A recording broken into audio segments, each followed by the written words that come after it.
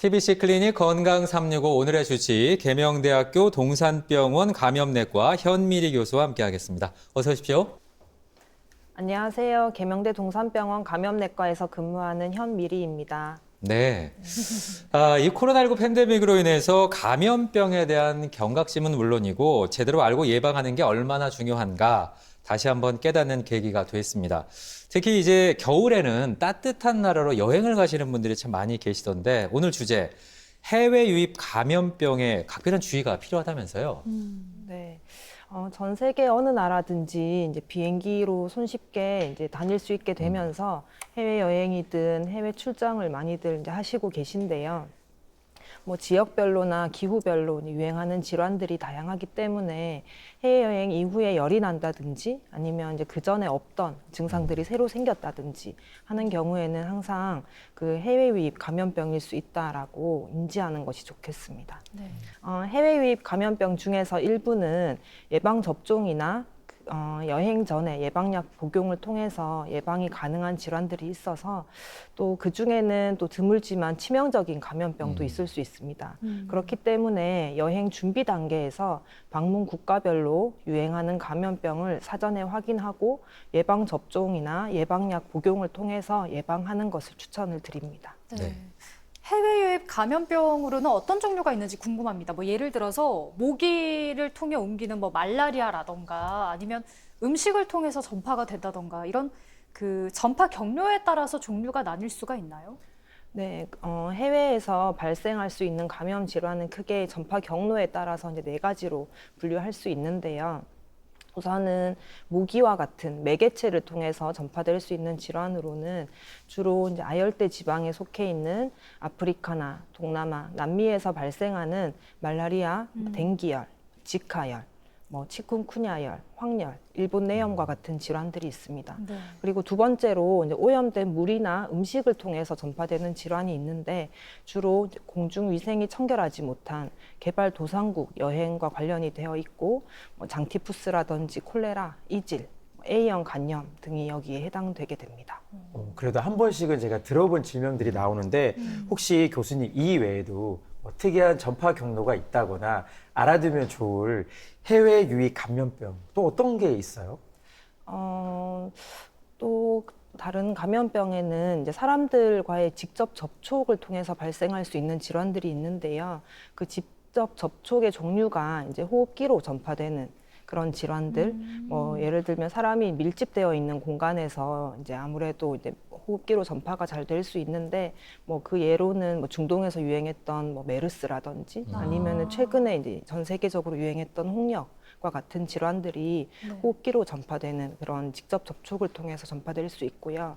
또 직접 접촉을 통해서는 사실 성접촉이라든지 이런 걸로도 되는 그런 전파되는 질환들도 있어서 뭐 엠폭스라든지 이런 질환도 있습니다.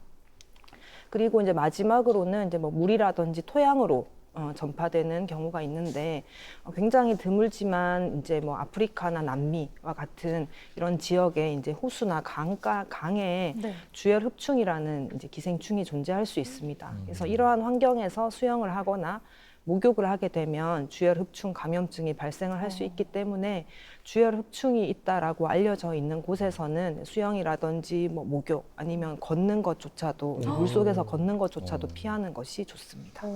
알겠습니다. 지금 해외 유입 감염병의 경로를 크게 4가지로 나눠서 이제 설명을 해 주셨는데 이 가운데 생명을 위협할 정도로 좀 치명적인 그렇게 주의해야 할 그런 감염병이 있을까요? 네, 있습니다. 이게 주로 이제 여행 지역에 있는 풍토병이 이에 해당되게 되고요.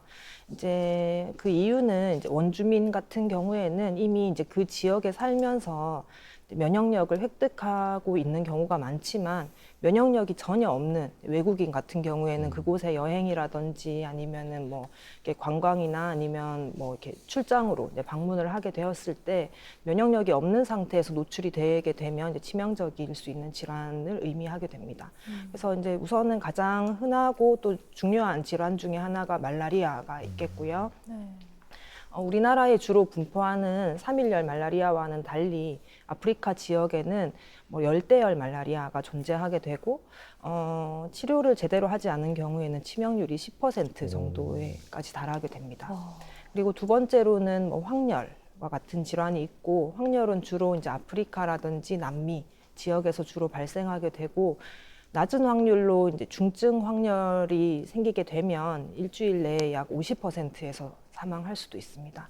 그리고 이제 한 번쯤 뉴스에서 들어보셨을 것 같은데 뭐 에볼라라든지 뭐 라사열과 같은 바이러스 출혈열 같은 경우에도 서아프리카 지역에서 이제 유행을 하는 경우가 있어서 이런 경우에도 높은 사망률을 낼 수 있어서 위험한 질환이 되겠습니다. 네, 주의가 필요한 감염병 중에 특히 말라리아가 위험하다 이렇게 얘기를 해주셨는데 모기가 옮길 수 있다는 건 앞에서 얘기를 해주셨어요. 그러면 말라리아를 옮기는 특정 모기가 있다고 들었거든요. 이게 대체 뭘까요? 네. 말라리아는 원충에 감염된 얼룩날개 모기에 의해서 발생하게 되고요. 모기가 흡혈을 할 때 원충이 사람의 몸으로 들어가서 이제 감염이 되게 됩니다. 그 원충은 이제 간으로 이제 들어가서 간에서 증식을 하고 네. 혈관으로 들어가서 적혈구를 파괴하게 되고요. 이후에 이제 그 감염된 환자를 이제 모기가 다시 물게 되면 그 사람에서 모기로 원충이 이동하고 또 이 모기가 다른 이제 주변의 사람들을 물게 되면 또 그 감염을 옮길 수 있는 그런 특징이 있습니다. 특히 이제 말라리아 매개 모기 같은 경우에는 이제 낮에는 나뭇잎 뒷면이나 벤치 밑에 이제 숨어 있다가 네. 해가 지면 사람들이 있는 곳으로 이동해서 흡혈하게 되고요. 보통은 이제 여행지에서 리조트라든지 이런 사람이 많은 지역에는 별로 없습니다. 근데 이제 예를 들어서 뭐 산악 지역이라든지 아니면은 봉사를 하려고 그 이제 원주민들이 살고 있는 지역을 방문하는 경우에 이제 네. 조금 위험할 수 있습니다. 교수님, 제 주변에도 이제 선교사님들이 많이 계셔가지고 제가 말라리아는 진짜 많이 들어봤거든요. 근데 이게 또 위험한 게 뭐 초기에는 특정한 증상이 없대요. 그러다 보니까 걸린지 모르다가 제가 염려되는 건 혹시나 좀 치료 시기를 놓치게 되지는 않을까 걱정이거든요. 네. 네, 그래서 이제 말라리아는 사실 증상만을 가지고 이 병이다라고 딱 인지하는 경우가 좀 드물고요. 저희가 이제 병원에서도 이제 불명열로 왔는데 말라리아로 확인되는 경우도 있습니다. 이제 말라리아가 그렇게 좀 증상으로 확인하기 어려운 이유 중에 하나는 말라리아에만 존재하는 독특한 임상 증상은 없습니다. 증상이 시작되면 이제 전구 증상으로 이제 식욕이 좀 감퇴되거나 뭐 피로감을 느끼거나 아니면은 뭐 의욕이 감소된다든지 하는 굉장히 그냥 이렇게 좀 피곤한 느낌의 그런 이제 비특이적인 증상을 가지고 있다가 그 단계가 좀 지나고 나서 열이 나타나기 시작하면 열이 나면 당연히 이제 오한도 생길 수도 있고 또 열이 떨어지면은 식은땀도 많이 흘릴 수도 있고 하면서 이제 말라리아의 특징적인 증상이 잘 없습니다. 근데 이제 그러다가 열은 이제 처음에 특별한 증상 없이 이제 시작됐다가 어느 정도의 일정 시간이 지나면 이제 매일 나던 열이 이제 주기성을 가지면서 이제 조금 말라리아의 특징을 보이게 되는 경우가 있는데요. 뭐 예를 들면은 3일열 말라리아 같은 경우에는 3일에 한 번 열이 난다라고 해서 3일열 말라리아라고 하는데 네. 48시간 주기로 열이 나게 됩니다. 그래서 예를 들면은 월요일에 열이 났다가 화요일에는 열이 좀 없다가 수요일쯤에 다시 또 열이 나고 목요일엔 열이 없고 이런 식으로 이제 주기성을 나타낼 때까지 좀 시간이 조금 소요가 되기 때문에 아까 말씀드린 것처럼 이제 불명열로 이제 오인돼서 오는 경우도 있고요.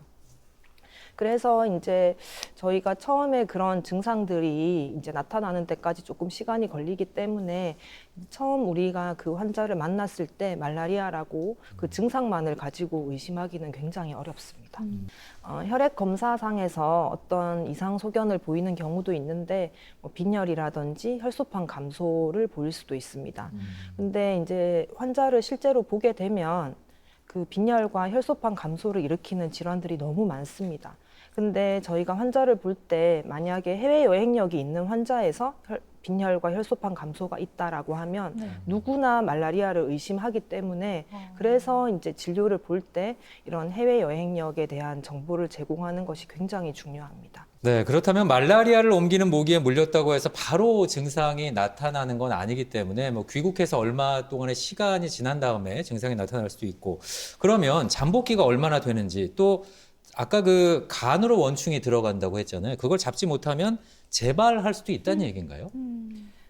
네, 이제 일반적으로 이 3일열 말라리아 같은 경우에는 이 원충의 잠복기가 약 2주 정도라고 알려져 있습니다. 근데 이런 단기 잠복기의 형태만 존재하는 것이 아니고 간의 수면 상태로 있는 수면 소체가 있기 때문에 이 수면 소체가 잠을 자고 있다가 약 6에서 12개월 정도의 긴 잠복기를 가지고 나중에 임상 증상을 유발하는 경우도 있습니다. 네.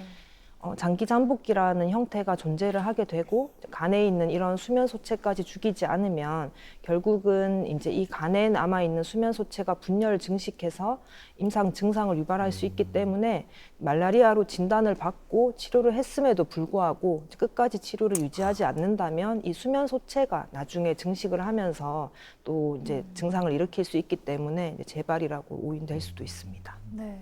사실 대부분의 질환이 조기 진단과 치료가 참 중요하잖아요. 그럼요. 사실 이 말라리아 같은 경우도 내가 해외여행을 다녀왔는데 열이 난다면 이게 말라리아인지 아닌지 빨리 좀 감별을 하는 게 중요하겠네요. 네, 그렇죠. 그래서 해외여행 이후에 발열이 있을 경우에는 이제 항상 말라리아를 생각을 하셔야 됩니다. 그리고 이제 여행 지역이 어디인지, 그리고 방문 목적이 어떤 것이었는지에 따라서 또 말라리아 예방약을 적절히 복용을 했는지, 그리고 그 여행지에서 모기를 많이 물렸는지, 이러한 정보들이 이제 진료 시에 굉장히 중요한 정보가 될 수 있습니다. 그리고 이제 여행 지역에 따라서는 유행하는 말라리아의 종류가 다르고 또 지역별로 약제 내성도 있을 수 있기 때문에 반드시 말라리아 유행하는 나라에 방문하기 1, 2개월 전에는 전문의 상담을 통해서 적절한 예방약을 복용하는 것이 중요하겠습니다. 근데 교수님 제가 듣기로는 저 진짜 깜짝 놀랐어요. 네. 말라리아 하면 사실 이미지가 해외 유입 맞아요. 감염인데 예. 국내에서 자연 발생하는 말라리아가 있다고 들었어요. 진짜요? 그래서 제가 부정하고 싶더라고요. 아무리 아열대 기후로 우리나라가 변하고 있어도 실제로 국내에서 말라리아 걸릴 수가 있나요? 네, 있습니다. 어허. 네. 코로나19가 발생한 2020년 이후로는 이제 말라리아가 연간 300건 전후로 좀 감소하는 추세를 보이긴 했는데 2023년부터는 다시 증가하기 시작했고 이 증가한 이후로는 물론 해외 유입이 아무래도 증가했겠지만 네. 이제 그 해외 여행이 별로 없었던 그 코로나 시기에도 계속해서 이제 말라리아가 있었던 이유는 이제 국내 발생 말라리아가 어느 정도 이제 차지하고 있기 때문에 그렇습니다. 국내에도 말라리아 위험 지역과 경계 지역이 있는데요. 주로 이제 인천과 경기 북부, 강원 지역이 되겠습니다. 네. 국내에서는 이제 모기가 잘 서식할 수 있는 뭐 우사라든지 축사, 습지와 같이 이제 말라리아 매개 모기에 대한 그 서식처에 대한 방역과 환경 관리를 하고 있고요. 또 주로 이제 접경 지역, 이제 북한과 접해 있는 그 지역에 위치한 군부대에 근무하는 군인들이 국내 말라리아 감염의 고위험 분이기 때문에 말라리아에 대한 예방 화학 요법도 시행을 하고 있습니다. 국내에서는 이제 다양한 방법으로 말라리아에 대한 관리를 하고 있는데 그럼에도 불구하고 발생이 이제 줄지 않고 계속 어느 정도 지속되고 오히려 좀 증가하는 이유는 북한에서 내려오는 모기가 그 원인일 수 있다라고 생각을 하고 있습니다. 우리나라에서 이제 북한의 말라리아 방역 물품 지원 사업도 이제 했었는데 그게 중단이 되었고 또 최근에 이제 아시다시피 우리나라 기후도 이제 폭우도 생기고 폭염도 생기고 하면서 이런 것들이 반복되면서 이제 모기들이 이제 서식하기 좋은 환경이 되면서 다시 좀 늘어나는 것으로 추정하고 있습니다. 네, 저도 뉴스를 전해드리면서 말라리아 얘기를 뭐 한 적이 있어서 있기는 있나 보다 했는데 이 정도로 많을 줄은 몰랐거든요. 근데 말씀하실 때 우리나라에서 유행하는 말라리아가 아까 3일열, 뭐 3일에 한 번 열이 난다 이렇게 말씀을 하셨는데 아프리카는 아까 뭐 열대열 이렇게 말씀을 하셨어요. 말라리아인데도 종류가 있는 건가요? 네, 종류가 4가지 정도로 그래요? 이제 알려져 있습니다. 그래서 이제 말라리아는 3일열, 4일열, 열대열, 난황열 말라리아 이렇게 이제 4종류가 대표적인데 이렇게 나누는 기준은 말라리아를 일으키는 원충의 종류에 따라서는 아닙니다. 그 종류가 나뉘는 이유는 결국은 그 원충 종류에 따라서 이제 또 그 중증도에 따라서 말라리아에 대한 치료약이 달라지기 때문에 이제 임상 의사들은 이 말라리아라고 해도 정확하게 어떤 종류의 말라리아인지 그리고 여행 지역이 어떤 지역이어서 이제 내성 가능성이 있는지를 고려를 하고 있습니다. 우리나라에는 이제 3일열 원충에 의한 3일열 말라리아가 주로 발생을 하고 있고, 이제 이 3일열 말라리아의 경우에는 이제 발생 분포 지역이 굉장히 넓고, 우리나라와 같은 온대 지역뿐만 아니라 아열대 지역 그리고 열대 지역에까지 광범위하게 분포하는 그런 소견을 보이고 있고요. 나머지 이제 열원충에 의한 감염은 아프리카를 포함한 동남아시아, 남아메리카 대륙에서 발생하고 있습니다. 열대열 말라리아의 경우에는 이제 내원할 때부터 쇼크 상태로 오거나 치료 중에 뭐 폐부종, 황달, 빈혈이 심해서 뭐 수혈을 받거나 아니면 뭐 비장 파열이 되거나 망막 출혈이 생길 수도 있고요. 뭐 굉장히 중증으로 오는 경우가 있는데, 이제 우리나라에 많은 3일열 말라리아의 경우에도 이제 중증으로 오는 경우에는 이제 열대열 말라리아와 비슷한 증상을 보일 수는 있지만 네. 적절한 치료를 하게 되면 사망에까지 이르는 경우는 굉장히 드뭅니다. 그렇군요. 정말 여기서 다시 한번 느낍니다. 적절한 치료가 참 중요하다라고 생각을 하는데, 그럼 일단 치료를 받으려면 말라리아인지 아닌지 검사를 받아야 되잖아요. 네. 진단 검사는 어떻게 하나요? 네, 이제 말라리아를 진단하기 위해서는 우선 혈액 도말 검사가 중요합니다. 이 혈액 도말 검사가 뭐냐면 이제 체열을 해서 이제 이 슬라이드에 피 한 방울을 떨어뜨려서 이제 슬라이드를 바로 눈으로 보는 그런 검사가 이제 혈액 도말 검사가 되겠고, 이 도말 검사에서 이제 원충에 감염된 이제 적혈구를 확인하는, 눈으로 확인하는 방법이 도말 검사입니다. 그게 가장 중요하고요. 이제 혈액 도말 검사에서 이제 말라리아가 의심이 되면 물론 그 감염된 적혈구 안에 그 원충의 모양을 가지고 3일열인지 뭐 난황열인지 열대열인지 구분을 하기도 합니다. 근데 이제 요즘에는 이제 PCR 검사를 네. 통해서 이제 열원충 종류를 이제 구분을 합니다. 그리고 신속 항원 키트 검사로도 말라리아가 확인은 가능하지만 진단 목적의 검사는 아니고 이제 이 키트 검사에서 양성이 나오더라도 혈액 도말 검사를 시행해서 최종적으로 말라리아를 확인해야 합니다. 그래도 뭔가 신기하네요. 이렇게 PCR 검사를 통해서 검사에 쓰인다니까 네. 뭐 익숙하기도 하고요.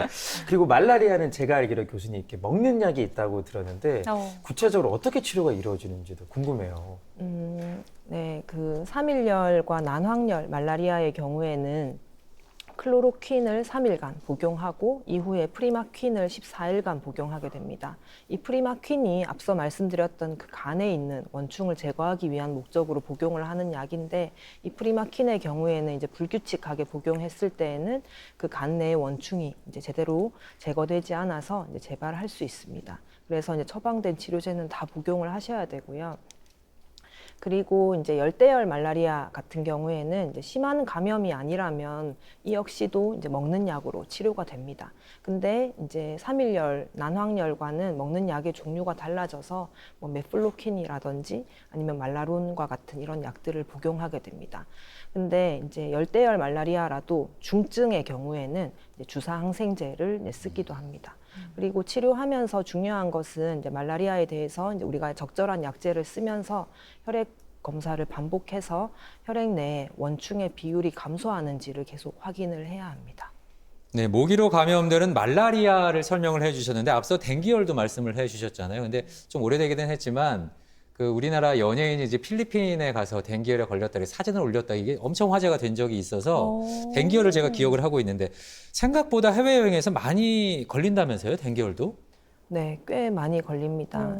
댕기열 같은 경우에는 이제 아프리카나 아메리카, 동부 지중해, 그리고 동남아시아, 그리고 서태평양 지역에서 유행하는 질환인데, 댕기 바이러스에 감염된 열대 숲모기나 흰줄 순모기와 같은 모기 종류에 물려서 전파되는 감염병이 댕기열입니다. 우리나라에서 발생하는 댕기열 환자의 대부분은 해외 유입이 되겠습니다. 코로나19 팬데믹 이전인 2019년까지는 매년 적게는 150명, 많게는 300명 이상의 댕기열 환자가 보고가 되었었는데, 코로나19로 해외여행이 이제 굉장히 감소하면서 2020년에는 43명, 2021년에는 3명으로 굉장히 감소를 했었는데, 2022년부터 이제 다시 해외여행과 뭐 해외 출장 이런 것들이 증가하면서 이제 그때는 103명, 2023년에는 206명으로 이제 증가 추세에 있습니다. 네. 그리고 이제 전 세계적으로도 이제 댕기열 발병률이 증가하고 있는 추세인데 WHO 보고에 따르면 댕기열 발병 건수는 2000년도에 약 50만 건에서 2019년에 520만 건으로 지난 20년 동안 거의 10배 이상 증가한 것으로 나타났습니다. 네. 근데 댕기열도 끝에 이제 열이란 단어가 들어가는 걸 보니까 증상이 발열 증상이 있을 것 같다 이렇게 좀 유추를 해볼 수 있을 것 같습니다. 구체적으로 어떤 증상이 있는지 알아두면 앞으로 또 도움이 좀 될 것 같거든요, 교수님. 네, 댕기열의 증상은 이제 고열이 3, 4일 정도 지속이 되고 해열되면서 생기는 피부 발진이 특징적입니다. 그리고 이제 두통을 비롯해서 이제 온몸이 아프고 눈도 아프고 임파선도 붓고 구역질도 하고 토하기도 합니다. 근데 이런 증상 대부분은 이제 보통 5일 정도 지속이 되다가 저절로 호전이 되게 되고요. 그리고 이제 혈액 검사를 해보면 혈소판 감소가 동반될 수 있습니다. 혈소판 감소가 심한 경우에는 인체 여러 곳에서 출혈이 생길 수 있는데 이런 경우를 이제 댕기 출혈열이라고 합니다. 정도에 따라서는 뭐 코피 아니면 잇몸 출혈, 월경 과다와 같은 경미한 출혈이 생길 수도 있고 장에서 출혈이 생겨서 혈변이 생기기도 합니다. 그리고 이제 출혈과 함께 혈압까지 떨어지는 이런 소견이 보이면 이제 그런 경우는 댕기 쇼크 증후군이라고 하는데 이 경우에는 치사율이 40% 이상 되기 때문에 적극적으로 중환자 치료를 해야 됩니다. 그래서 댕기열은 걸리지 않게 조심하는 것이 최선입니다. 정말 위험한 그 질병이에요. 왜냐하면 그 댕기열 하면은 저는 마음 아픈 기사를 본 적이 있어요. 작년 10월쯤이었나요? 파키스탄에 이제 여행 갔다 한국 대학생이 댕기열 때문에 안타까운 목숨을 잃었는데 이게 한 번 만약에 걸렸다가 낫잖아요. 그러면 다시 이제 면역이 그래도 생겨서 좀 괜찮지 않을까라는 생각이 들거든요. 어때요? 네, 이게 댕기열 같은 경우에는 사실 이제 대부분의 이제 감염증이 보통은 이제 면역을 이제 획득을 하게 되면 좀 우리에게 도움이 되지 않을까라고 그런 이제 생각들을 하는데 댕기열 같은 경우에는 오히려 이제 이런 감염증의 특징과는 조금 다른 그런 소견을 보입니다. 이제 댕기열은 한 번 걸리고 완치가 되어도 이제 모기에 또 물리게 되면 걸릴 수 있는데 두 번째부터 훨씬 더 심하게 앓고 더 위험할 수 있습니다. 그래서 댕기열에 한번 걸렸던 사람들은 다시 걸리지 않게 주의하는 것이 굉장히 중요합니다. 그렇게 이제 두 번째 더 위험할 수 있는 이유는 그 댕기열을 일으키는 댕기 바이러스가 총 4개의 혈청형이 있다라고 알려져 있는데 만약에 이제 처음에 댕기열에 걸렸을 때 댕기 바이러스 1형에 감염이 되었다라고 하면 나머지 이제 2, 3, 4형 에 대한 교차 면역, 즉 이제 항체가 일시적으로 이제 생기면서 그 나머지 형에 대해서도 이제 면역이 생기는데 이 시기가 지나고 나서 이제 다른 댕기 혈청형에 의한 두 번째 감염이 생기게 되면 면역 글로불린 G에 의해서 매개되는 항체 의존적 증강이라는 기전이 있습니다. 이 기전을 통해서 이제 굉장히 이제 심한 염증 반응이 일어나게 되고 중증 댕기열을 일으킬 그런 위험을 증가시킬 수 있습니다. 그래서 댕기열 같은 경우에는 굉장히 오랜 시간 동안 이제 백신을 개발하려고 이제 노력을 해왔는데 이러한 이제 댕기열 자체의 특징 때문에 이제 백신 개발에도 굉장히 난항을 겪었습니다. 네, 댕기열이 우리에게는 생소하기는 하지만 해외여행이나 출장이 많아지면서 한 해 수백 명 정도의 환자가 발생하고 있다고 하니까 경각심을 가져야 될 것 같은데 그렇다면 댕기열의 진단 그리고 치료 방법도 좀 궁금한데요. 예, 우선은 댕기열을 진단하기 위해서는 댕기를 의심하는 것이 중요합니다. 그래서 이제 댕기 유행 지역을 방문을 했다는 것이 중요하고 그 이후에 이제 고열과 또 고열 이후에 이제 발진이 동반될 경우에 댕기를 의심할 수 있고요. 왜냐하면 이제 의심을 해야 검사를 할 수 있기 때문에 이제 그런 정보를 이제 의료기관에 제공하는 것이 굉장히 중요합니다.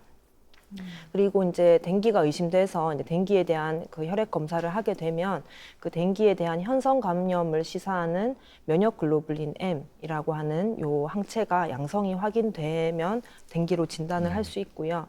또 다른 방법으로는 이제 2주 간격으로 면역 글로불린 G의 항체가가 4배 이상 상승하는 경우에 이제 댕기로 진단이 되게 됩니다. 그리고 이제 dengu로 진단이 되면 치료는 특별한 치료는 없고 대증 치료를 하게 됩니다. 이제 증상에 맞게 치료를 한다는 뜻이고요. 네. 열이 나면 해열제를 쓰고, 뭐 두통이 있거나 근육통이 심하면 진통제를 쓰고, 뭐 식사를 잘 못하면 수액을 닿는 이런 식으로 치료를 하게 됩니다. 이 코로나19로 주춤했던 해외 여행이 최근에 급격하게 늘고 있습니다. 이번 설 연휴도 이제 하루 임시 공휴일이 정해지면서 좀 길어지다 보니까 해외 여행 계획이 130만 명을 넘어섰다고 하는데 그만큼 많은 분들이 나가고 있다는 거거든요. 방문하는 국가, 여행지에 따라서 주의해야 할 것들은 좀 잘 챙겨야 되겠습니다. 예, 그렇습니다. 그래서 해외 유입 감염병을 예방하기 위해서는 이제 해외 방문 전에 그 방문 지역별로 주의해야 될 감염병 정보를 확인을 하는 것이 좋습니다. 이제 질병관리청 사이트에 들어가면 이제 감염병과 해외 감염병 정보 그리고 국가별 감염병 예방 정보들을 이제 읽어보실 수 있거든요. 그리고 또 모기로 매개되는 질환들이 많기 때문에 이제 모기 예방법 또 이제 숙지를 하시고 모기 기피 용품이라든지 또 상비약을 준비해 가시는 것이 중요하겠습니다. 네. 그리고 이제 제가 계속 말씀드렸지만 이제 의료기관을 방문하시게 되면 이제 해외 여행력을 알려주셔야 이제 그런 진료에 굉장히 큰 도움이 되기 때문에 이제 이런 해외 유입 감염병은 의심을 해야지 검사를 할 수 있고 검사를 해야 적절한 치료를 받을 수 있기 때문에 항상 그 여행 이후에 새롭게 생긴 증상으로 의료기관을 방문하시게 되면 항상 그 해외 여행력에 대해서 꼭 이야기를 해주시는 것이 좋겠습니다. 그리고 이제 해외여행 이후에 이제 이런 질병들의 잠복기를 고려해서 이제 헌혈 보류 기간 동안에는 또 헌혈을 금지하고 있기 때문에 이 또한 확인하시는 것이 좋겠습니다. 해외여행 갈 때 캐리어에 모기 기피제 많이 가지고 가실 텐데 시중에 제품들이 너무 많으니까 어떤 걸 사야 될지 고민되시는 분들이 있을 텐데요. 어떤 제품이 안정성이 있고 효과가 높은지 알려드릴게요. 바로 식품의약품안전처의 허가를 받은 정식 의약 외품을 사용하셔야 됩니다. 꼭 기억해 주세요. 알겠습니다. 그리고 성분의 안전성 여부 그리고 주의사항 등을 꼼꼼하게 확인한 후에 구매를 하셔야 된다는 점 명심하시고요. 안전하고 건강한 해외여행 다녀오시길 바라겠습니다. 그래요. 가시기 전에 질병관리청 홈페이지에 가시면 내가 가는 나라에 어떤 풍토병이 있는지 어떤 것들을 주의해야 하는지 자세하게 설명이 되어 있다고 하니까 꼭 참고하셨으면 좋겠습니다. 오늘 도움 말씀 주신 계명대학교 동산병원 감염내과 현미리 교수님 고맙습니다. 예, 두 분들 수고하셨습니다. 건강하세요. TBC 클리닉 건강 365 저희는 다음 시간에 다시 찾아오겠습니다. 함께해 주신 여러분 고맙습니다.